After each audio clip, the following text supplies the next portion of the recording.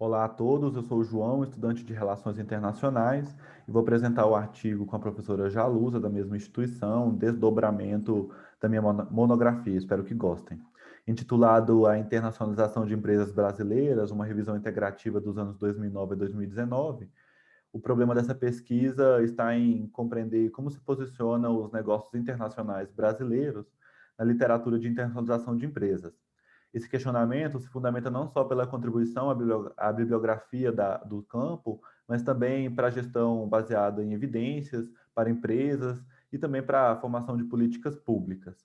Esse trabalho tem como referencial teórico textos como o de Souza Fellini, em 2012, e de Aharon Brock, em 2010, que compreendem que o novo milênio imprime novas dinâmicas de competição e de desenvolvimento tecnológico e também da participação de negócios de países em desenvolvimento que exigem a elaboração de novos modelos, de tal forma compreender como se expressa atualmente estes textos é interessante.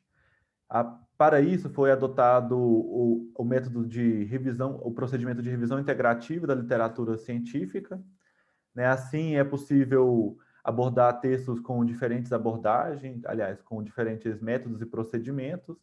Foram selecionados 37 trabalhos e então eles foram alocados a partir da matriz de análise, como sugere Jabu, também para estudos organizacionais, com então 4 categorias: métodos e procedimentos, foco dos trabalhos, o setor analisado e o arcabouço teórico adotado.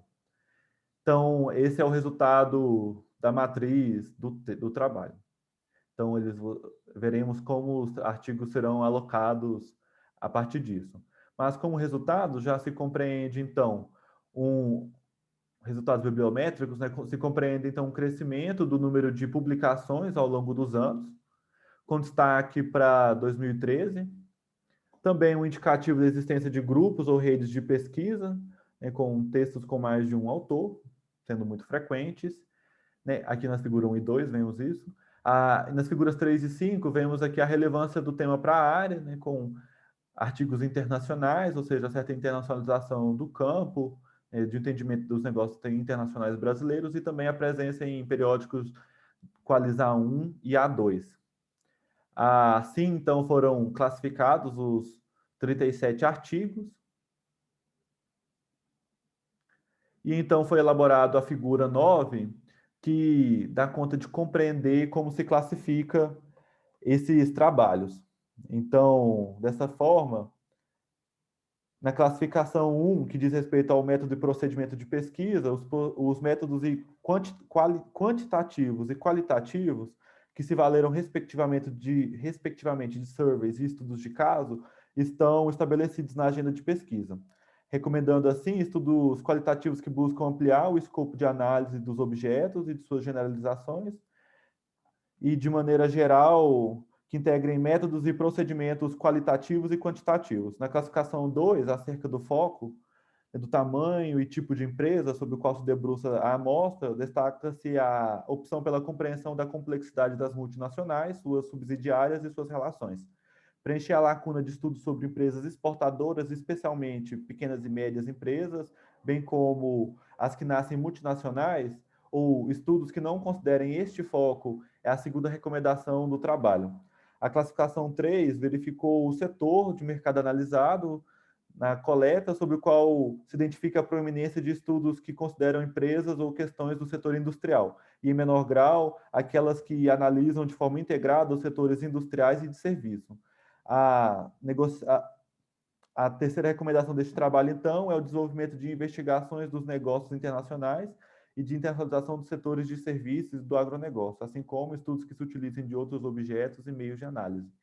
Na quarta e última classificação, identifica-se a frequência da mobilização de diferentes arcabouços teóricos mediante agrupamento.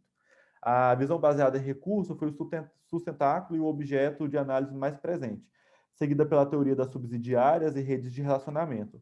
Os trabalhos balizados pela ótica e atuação do Estado brasileiro, pela complexidade da internacionalização tardia, das Born Globals e da abordagem comportamental, e os estudos pautados por determinantes organizacionais e estratégicos são representativos. Marginalmente, se mobilizam as discussões acerca da percepção do risco, do papel da inovação e das estruturas de mercado. Contudo, uma maior lacuna identificada, recomendando maiores investigações acerca das experiências brasileiras relacionadas à combinação entre processos de inovação e de internacionalização, e acerca do impacto e das questões da distância cultural. Então, como conclusão, recomenda-se, né, seguir esses tópicos importantes da agenda de pesquisa, né, que são considerados prioritários e marginais. Então, e maiores investigações, né, como reforçando de empresas exportadoras de pequeno porte, bem como estudos sobre pequenas e médias empresas que nascem multinacionais, também a partir da integração de métodos e procedimentos qualitativos e quantitativos e voltados aos setores de serviços e do agronegócio. Também entre os processos, voltados entre os processos de inovação e de internacionalização e o impacto das questões da distância cultural, assim como estudos que utilizem outros objetos e meios de análise. Essas são algumas das referências citadas.